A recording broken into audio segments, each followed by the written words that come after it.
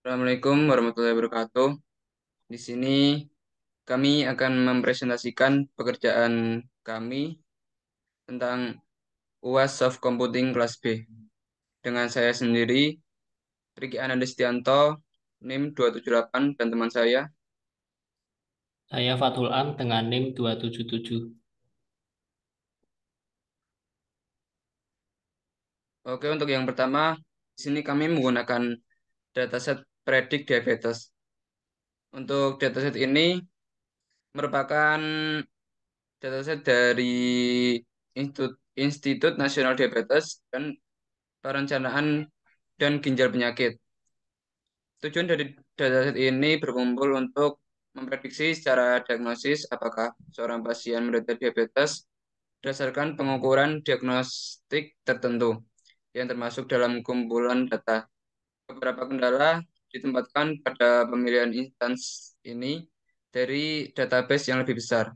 Secara khusus, semua pasien di sini adalah perempuan berusia minimal 21 tahun yang merupakan keturunan India Pima 2. Dari kumpulan data di file dengan format CSV, kita dapat menemukan beberapa variabel. Beberapa di antaranya independen atau beberapa variabel prediktor medis dan hanya satu variabel independen atau sebagai label target dengan nama hasil atau outcome. Kemudian pembahasan yang pertama di sini kami menggunakan neural network. Neural network sendiri merupakan sebuah metode pembelajaran mesin yang digunakan untuk mengklasifikasikan data, melibatkan pembuatan jaringan saraf yang terdiri dari lapisan input, lapisan tersembunyi atau hidden, dan lapisan output. Data diinputkan ke lapisan input, di mana itu diurai dan diproses oleh lapisan tersembunyi atau lapisan hidden, dan sebelum dihasilkan sebagai output oleh lapisan output. Kemudian ada evolving Evolving neural network adalah varian dari neural network yang menggunakan algoritma evolusi untuk menentukan arsitektur jaringan saraf yang optimal. Perbedaan dari neural network biasa, di bagian arsitektur jaringan saraf harus ditentukan secara manual. Evolving neural network mencoba untuk menemukan arsitektur jaringan saraf yang paling efektif untuk menyelesaikan tugas klasifikasi dengan mengoptimalkan parameter jaringan saraf melalui proses evolusi. Kemudian yang ketiga ada algoritma genetika. Algoritma genetika sendiri merupakan teknik untuk menemukan solusi optimal dari permasalahan yang mempunyai banyak solusi. Teknik ini akan melakukan pencarian dari beberapa solusi yang diperoleh sampai mendapatkan solusi terbaik sesuai dengan kriteria yang telah ditentukan atau biasa disebut sebagai fungsi fitness. Untuk bagian yang pertama, PIP install dep merupakan perintah untuk menginstal paket paket dep atau distributed evolutionary algorithm algorithm melalui PIP. Dep sendiri digunakan untuk membuat algoritma evolusi yang dapat digunakan untuk mencari solusi optimal dalam masalah optimasi. Kemudian ada import pandas ASPID itu digunakan untuk mengimport database pada load dataset. Digunakan untuk mengimport tadi diabetes CSV. Kemudian ada split data. Split data sendiri menggunakan data pada data frame DF menjadi dua variabel yaitu X dan Y. Variabel X menghapus kolom outcome atau label menggunakan fungsi drop dan menentukan axis sama dengan satu. Kemudian untuk variabel Y memperoleh dari kolom outcome pada data frame DF. Dengan demikian, variabel X berisi data yang tidak termasuk kolom outcome, sedangkan variabel Y berisi data dari kolom outcome saja.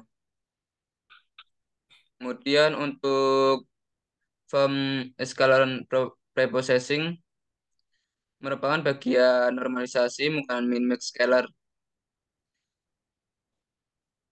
Yang pertama, objek scalar dari min-max scalar dibuat dan dipanggil dengan nama scalar.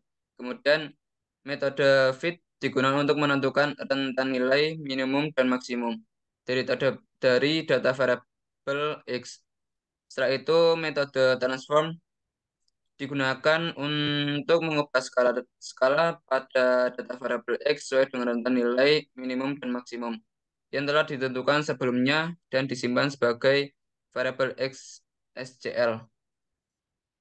Kemudian untuk selanjutnya yang data latih dan data uji.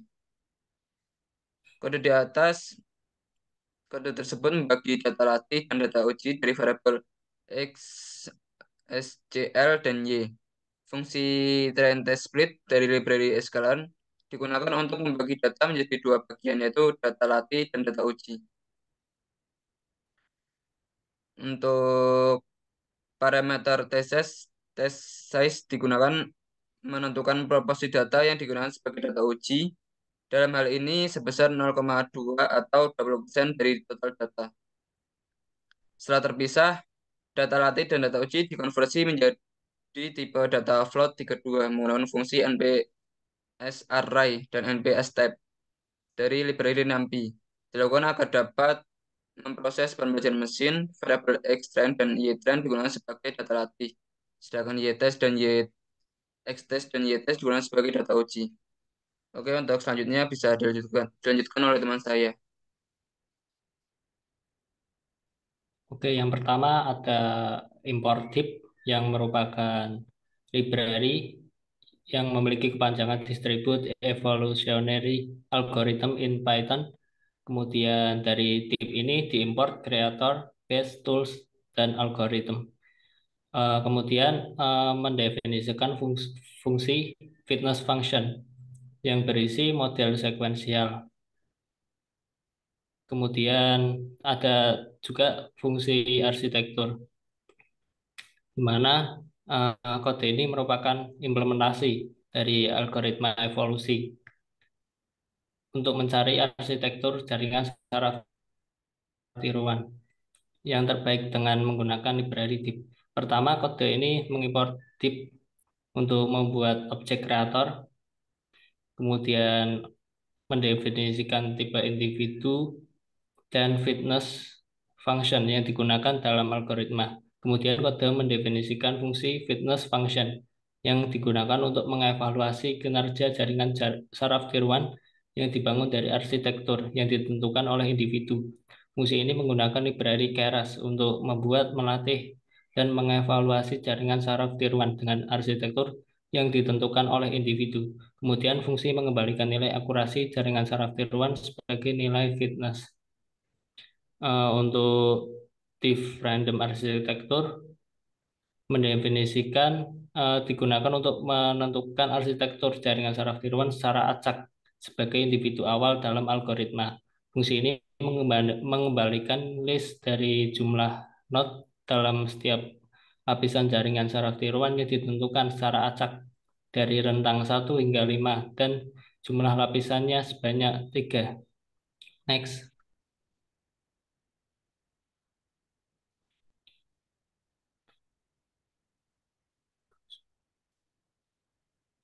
Kode ini digunakan, kode ini berisi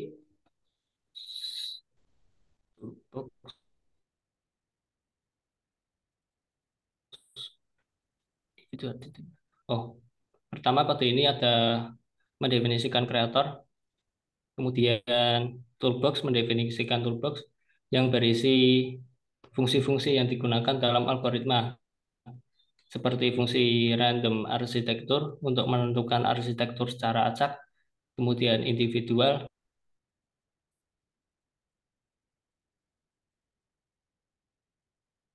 inisialisasi populasi, evaluate untuk mengevaluasi fitness individu, mat untuk proses crossover, mutate untuk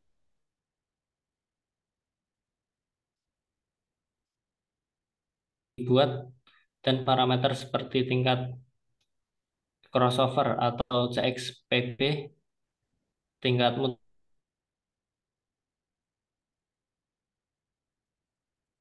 ditentukan.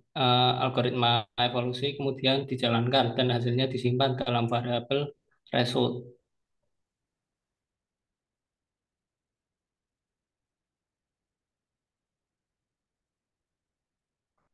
Model terbaik kemudian dapat digunakan untuk melakukan prediksi. Eh, Kemudian ada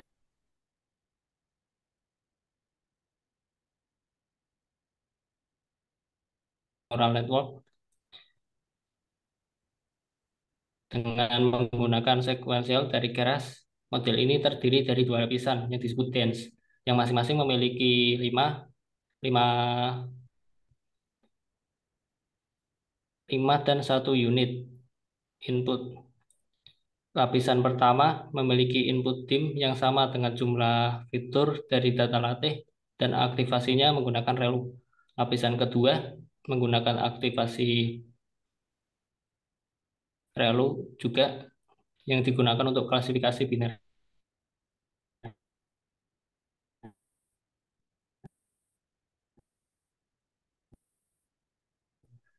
sebagai menggunakan Adam dan matrix sebagai akurasi. Setelah itu performa model diukur dengan mengevaluasi pada data uji. Next. Di sini dikomparasikan antara hasil dari akurasi EVNNS atau Evolutionary Neural Network dibanding dengan performa dari model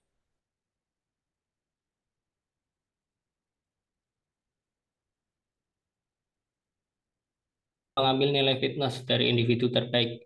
Sedangkan performa model jaringan saraf tiruan diukur dengan mengambil nilai akurasi dari hasil evaluasi. FONNS ini lebih besar yaitu 0,73 dan NN sederhana dengan akurasi 6,8. Oke, sekian presentasi dari kelompok kami. Kurang lebihnya mohon maaf. Wassalamualaikum warahmatullahi wabarakatuh.